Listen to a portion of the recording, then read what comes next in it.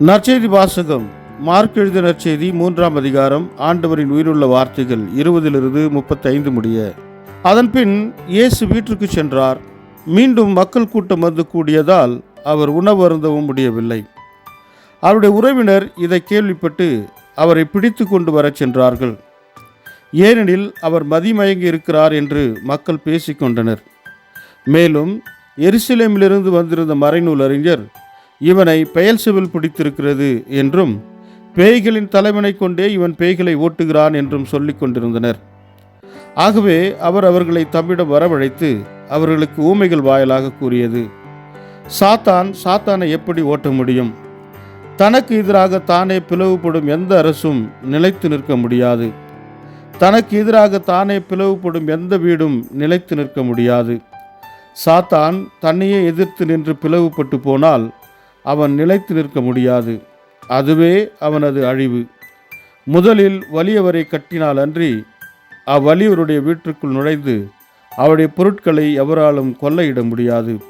அவரை கட்டி வைத்த பிறகுதான் அவருடைய வீட்டை கொள்ளையிட முடியும்.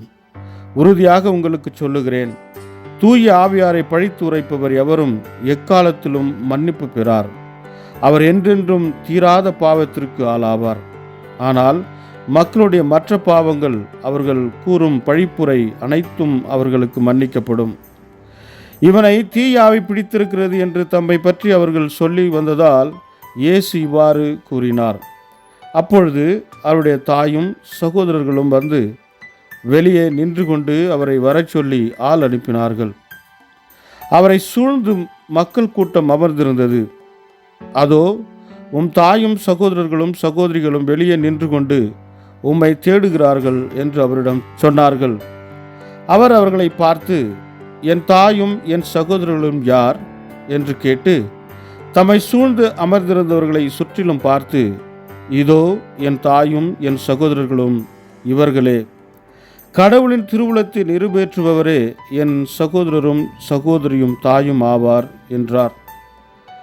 இது வாழ்வு தரும் கிறிஸ்துவின் நற்செய்தி. கிறிஸ்துவே உமக்கு புகழ்.